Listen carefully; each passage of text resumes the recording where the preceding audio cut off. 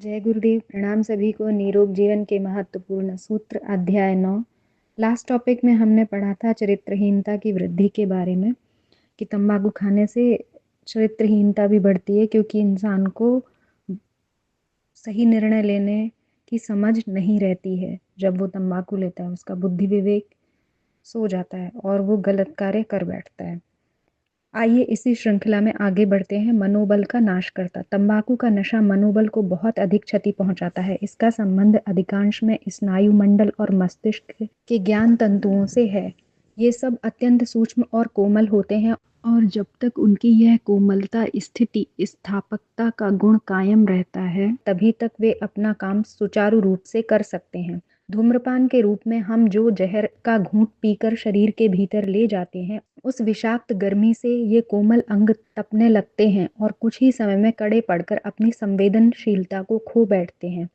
जब स्नायुओं में इस प्रकार का दोष पैदा हो जाता है तो मेधा, प्रज्ञा, बुद्धि आदि सभी शक्तियां कम होने लगती हैं, क्योंकि मानव मस्तिष्क इन सब का प्रयोग ज्ञान तंतुओं और स्नायुओं के माध्यम से करता है। इस प्रकार तंबाकू सेवन करने वाला व्यक्ति दिन पर दिन अपने दिमाग को केंद्र बनाता जाता है और अपने स्वाभाविक ज्ञान भंडार को दूषित करता रहता है। पर जैसा प्रत्यक्ष है, मानव जीवन की सफलता का प्रमुख आधार निर्मल ज्ञान ही है। ज्ञान के द्वारा ही हम पतनकारी पाप कर्मों से बचकर कल्याणकारी पुण्य कर्मों का आयोजन कर सकते हैं।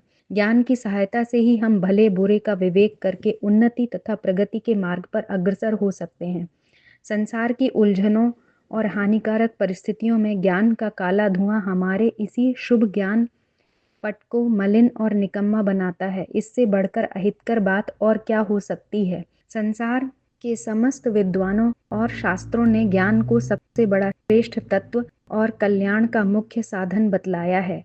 यदि हम उसे तंबाकू के तुच्छ व्यसन के लिए नष्ट भ्रष्ट कर दें तो हमारे समान मूर्ख और कौन हो सकता है।